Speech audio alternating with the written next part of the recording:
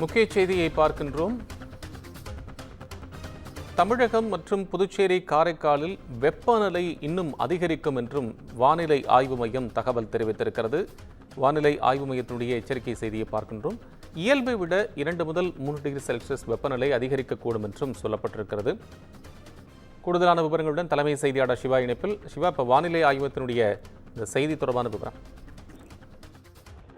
கோபால், தமிழகத்துல தென் தமிழக கடலோர பகுதிகள் மேல் ஒரு வளிமண்டல கீழடுக்கு சுழற்சி நிலவக்கூடிய காரணத்தால் 22, 23 அதே போன்று 24 முதல் 28 ஆகிய நாட்கள்ல மிதமான மழைக்கு வாய்ப்புகள் இருப்பதாக வானிலை ஆய்வு மையம் தெரிவித்திருக்கக்கூடிய நிலையில 22ஆம் தேதி முதல் 26ஆம் தேதி வரை வெப்பநிலை தொடர்பான ஒரு அறிவிப்பையும் தெரிவித்திருக்கிறது. இந்த 4 நாட்கள்ல தமிழகம், புதுவை மற்றும் காரைக்கால் ஆகிய பகுதிகளில் அதிகபட்சமாக வெப்பநிலையில் பெரிய மாற்றத்திற்கான ஒரு வாய்ப்புகள் இருக்காது என்றும், ஒரு சில இடங்களில் மட்டும் வெப்பநிலை சற்று உயர்வதற்கான ஒரு வாய்ப்புகள் இருக்கிறது என்றும் குறிப்பிடப்பட்டிருக்கிறது.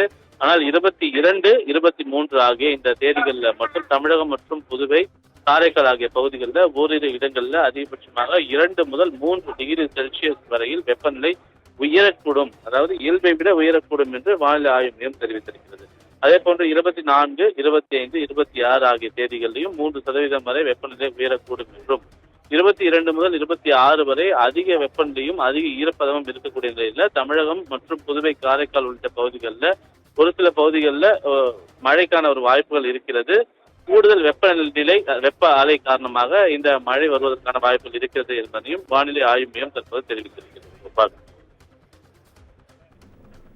விவரங்களுக்கு நன்றி சிவா.